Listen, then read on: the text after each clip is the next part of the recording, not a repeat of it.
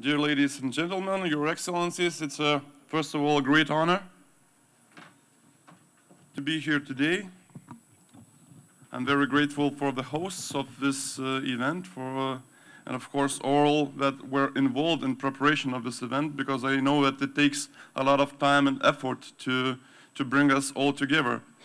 Of course, I would like to bring your awareness that Lithuanian delegation is present here. I'm not the only one here. There are 8 mayors from 60 municipalities of Lithuania, and I'm a representative of local authorities association in Lithuania. We have all in all 60 municipalities present in our country.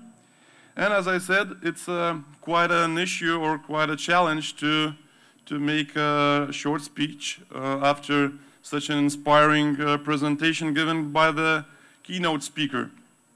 The keynote speaker was moving along the stage, so he was very dynamic. So for the sake of having the alternative, or I will be standing and giving my presentation orally from the standing position. So United Nations have estimated that 55% of the global population currently lives in the urban areas. And it is expected that by the year 2050, the number will increase. So what does it mean? That means that people are moving towards the cities, towards the urban areas, usually from villages, from rural areas. And of course, that is both a challenge, and people, of course, or individuals are moving for the sake of bringing their prosperity, giving their children or their greater chances of succession in their lives. But this constant move to urban areas, of course, brings a lot of challenges.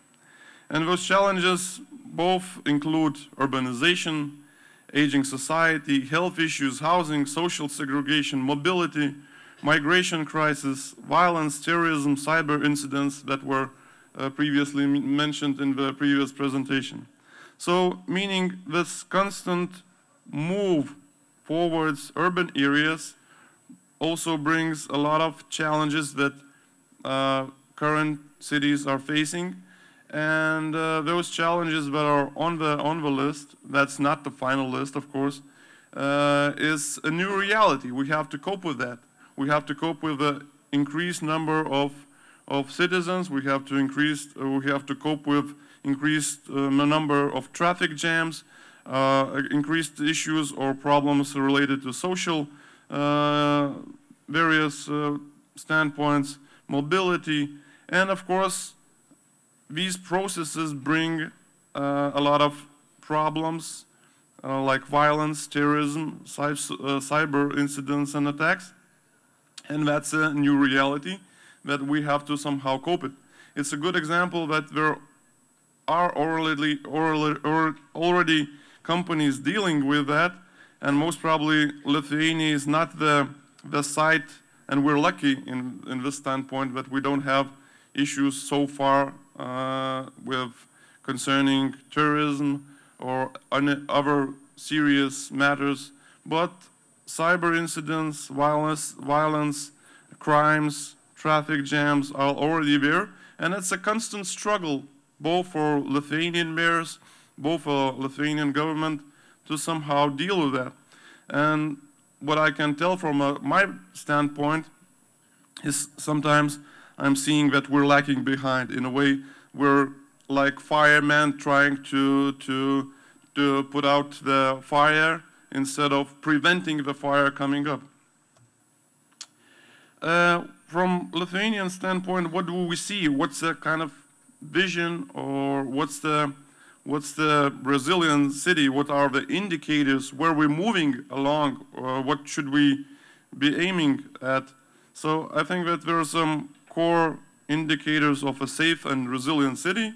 Those include health and well-being. So you need to make a system, to have a system where well-being and health services could be provided for the benefit of local society. I think that we also have to include economy and society. So meaning that financial systems should enable urban populations to live peacefully and act collectively. Infrastructure and environment is also a very serious indicator of a safe and resilient city. And as always, in any case, in any problem, in any situation, we have to have leadership and strategy. Because if you don't know where you're going, most probably, as we have a saying, if you don't know which port in the sea you're aiming to, you would like your ship to sail, no wind can help you. So meaning that you have to have a strategy to find the key solutions and the right instruments to both face challenges and to show some movement along the future of the cities. Cybersecurity, there was a lot of talked about in the previous presentation how important it becomes. And certainly Lithuania, neither Vilnius, neither Lithuania most probably is not the key target for hackers. And we're fortunate in this sense, but you can never know. And I think that this number, I'm not sure about the numbers when it comes to New York or other financial centers, but our institutions have counted that annually there's around 50,000 of security incidents, various breaches in Lithuania. Just alone in Lithuania, 50,000. Is it a huge number? I think it is. And it's actually growing year to year.